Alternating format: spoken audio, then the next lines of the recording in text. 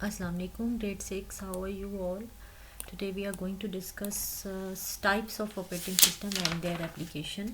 आपकी बुक के page number 121 पर टाइप्स गिवन हैं ऑपरेटिंग सिस्टम की बेस्ड ऑन। सबसे पहले पढ़ेंगे हम ऑपरेटिंग सिस्टम की ऐसी टाइप्स जो कि यूज़र्स के नंबर पर डिपेंड करती है, यानी कि एक वक्त में कितने लोग उसको इस्तेमाल कर सकते हैं। ऐसा ऑपरेटिंग सिस्टम एक वक्त में एक बंदा इस्तेमाल कर सकता है या एक से ज़्यादा लोग उसको यूज़ कर सकते हैं। उस बेस पर हमारे पास जो ऑपरेटिंग सिस्टम है वो दो हैं, उनका नाम है single user and multi user. ठीक है, तो इसमें हम देखते हैं कि क्या है। सिंगल यूज़र देखिए, नाम से पता लग रहा है, just as a name suggest an operating system that process input from a single user at any one given time is a single user operating system. यानी कि एक वक्त में एक बंदे से जो इंटरेक्ट कर सके उसके साथ, मशीन के साथ, ऐसे सिस्टम को सिंगल यूज़र कहते हैं।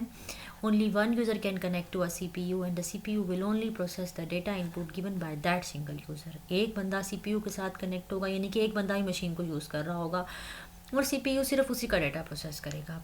ये वहाँ सूटेबल नहीं होता where a large number of computers are connected over a network. ज़्यादा जहाँ कंप्यूटर्स हों वहाँ ये सूटेबल नहीं होता। सिंपल घर में या ऑफिस में जहाँ एक बंदा इस्तेमाल करे वहाँ इस्तेमाल होता है। A doctor handling one patient at one time is an example of this kind of operating system. ठीक है, और ये इसकी एग्जाम्पल है। Linux and Windows Vista are examples of a single user of OS system। ठीक है, अब देखते हैं मल्टी यूज़र। मल्टी का मतलब होता है मैनी, एक से ज़्यादा।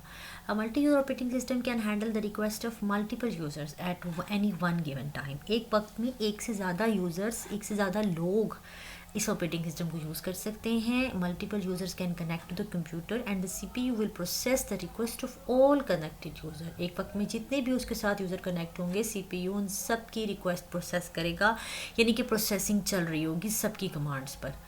यहाँ ये किस तरह के इन्वायरमेंट में होते हैं जहाँ बहुत ज़्यादा कंप्यूटर्स हम एक नेटवर्क में कनेक्ट करते हैं। फॉर एग्जांपल इसकी डेली लाइफ में ये एग्जांपल है, जब आप रेस्टोरेंट जाते हैं तो आप वहाँ देखा है, आप हर बंदा, हर टेबल का ऑर्डर अलग होता है। लोग अलग अलग चीज़ें जाके ऑर्डर करते हैं और वेटर सबसे रिसीव करके लेके जाता है और आगे शेफ़ को बताता है या मैनेजर को बताता है, शेफ़ को बताता है ताकि वो जाके कुकिंग करें। ठीक है, तो chef behaves like a multi-user operating system who takes in the orders, input of multiple clients and prepares, यानी कि प्रोसेस करना the food, एंड में आउटपुट। तो ऐसे एग्जांपल्स, ऐसे को मल्टी यूज़र कहते हैं, यानी कि एक वक्त में ज़्यादा। इसकी एग्जांपल लाइनेक्स एंड यूनिक्स है। ये ऑपरेटिंग सिस्टम के नाम हैं। ठीक है, अब हम देखेंगे operating system based on processing time. ये तो हमने यूज़र की बेस पे देख लिया।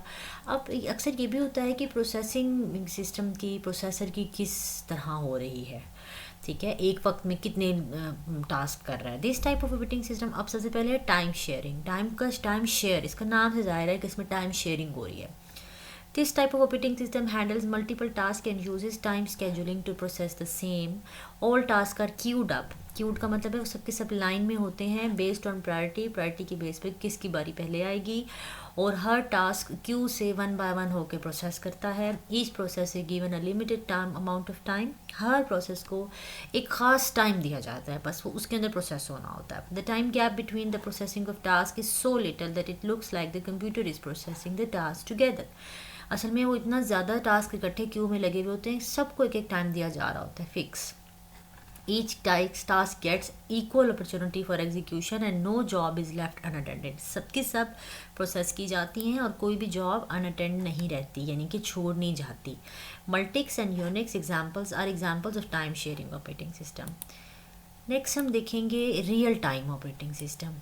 ठीक है, रियल टाइम का मतलब है इन सिस्टम्स में ऐसा होता है कि बहुत टाइम का बहुत लिमिट जो होती है ना वो स्ट्रॉन्ग होती है, यानी कि बहुत कम टाइम होता है हर चीज़ को प्रोसेस करने का। अगर वो उसमें प्रोसेस ना हो सके तो वो उसके ख़राब होने का या फिर उसका जो है ना कोई नुकसान होने का डर होता है। Time plays a crucial role in the working of this operating system. The RTOS यानी कि real time operating system has to perform an assign task and respond to the user inputs within a stipulated time, यानी कि ख़ास वक्त के अंदर अंदर इसको होना है। इसमें ये ऑपरेटिंग सिस्टम कहाँ यूज़ होते हैं? एविएशन यानी कि एरोप्लेन्स में, जहाँ एरोप्लेन को कंट्रोल किया जाता है, स्पेस टेक्नोलॉजी में और इंटरटेनमेंट में भी। RT Linux and Windows CE are examples of RTOS। इसके टू टाइप्स हैं, एक है हार्ड रियल टाइम और एक है soft real time. Hard real time वो होता है जिसमें कि एक मिली सेकेंड को भी आप can't even skip a millisecond की गलती भी नहीं कर सकते। मिली सेकेंड की भी अगर आप देर कर दें किसी काम करने में तो उसका जो है ना नुकसान हो जाता है।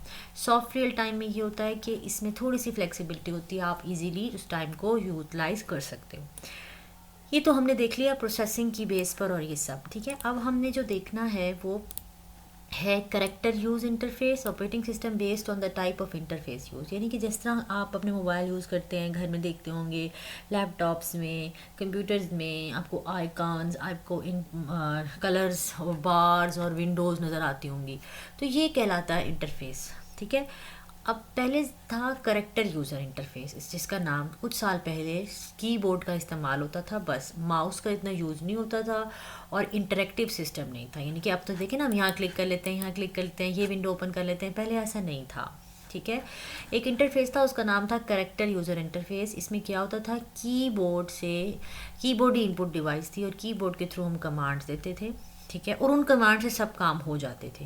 वो कमांड्स किस तरह होती थी, वो कमांड्स जो होती थी वो अल्फ़ाबेटिकली होती थी और याद करना काफ़ी मुश्किल होती थी, सी डॉट इस तरीके से कुछ होती थी, ठीक है। और यूज़र टाइप करते थे उनको, और वो सब के सब जो है ना हम एंटर प्रेस करते थे, और जैसे किसी चीज़ को ओपन करना है तो उसके लिए भी कमांड याद करनी पड़ती थी, लिखना पड़ता था इंग्लिश में, तो उसको बोलते थे कैरेक्टर यूज़र इंटरफेस या फिर कमांड लाइन।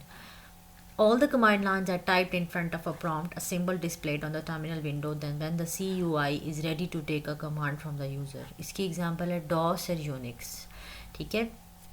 ये बहुत ही बोरिंग था, बहुत मुश्किल था, लेकिन उन सिस्टम्स के लिए इजी था जिसमें बहुत सारा लार्ज अमाउंट ऑफ डेटा होता है और प्रोसेस करना होता है, और कीबोर्ड से सिर्फ उसको प्रोसेस करते थे। इसमें कोई माउस का यूज़ नहीं होता था, माउस का यूज़ नहीं होता तो विंडो भी नहीं होती थी, बहुत अजीब सा एक सिस्टम होता था। मैं आपको इसकी पिक्चर दिखाऊँ, ये आपकी बुक में बना हुआ है, ये आपकी बुक में है display of DOS CUI operating system. तो ये कुछ इस तरह का दिखता था, ये कुछ इस तरह का दिखता था। इसकी ब्लैक कलर की स्क्रीन होती थी, no colours, no windows, no icons, कुछ भी नहीं, और ये हैं लिखी हुई कमांड्स। ये वाइट कलर से क्या लिखी हुई है, कमांड्स, और ये विंडो है, इसके अंदर लिखते थे। और ये प्रॉम्प्ट होता, प्रॉम्प्ट का मतलब है कि आगे हमें मूव करवाता था कहीं, ठीक है, अगर कोई फोल्डर मूव खोल रहा होता तो यहाँ नज़र आता था, ठीक है जी। तो ये वो सिस्टम होता था। तो उसके बाद बारी आई ग्राफिकल यूज़र इंटरफेस की, जो कि अब हम यूज़ करते हैं, जिसको हम विंडोज़ ऑपरेटिंग सिस्टम कहते हैं, जिसमें ग्राफिक्स होती हैं, जिसमें आइकॉन्स होते हैं, जिसमें हमें सर्च फील्ड नज़र आती है, जिसमें हमें नोटिफिकेशंस आते हैं, बॉक्सेस नज़र आते हैं, उन सबको कहते हैं ग्राफिकल यूज़र इंटरफेस। उसके बाद ये बहुत इजी था, ठीक है, इसको यूज़ करना बहुत आसान था।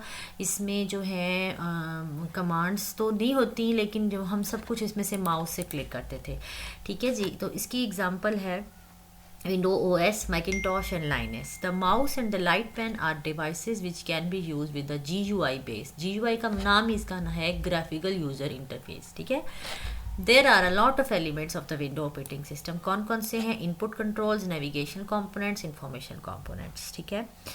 That's all for today. बाकी जो लेसन है मैं आपको वीडियो में शेयर करती हूँ। अल्लाह हाफिज़।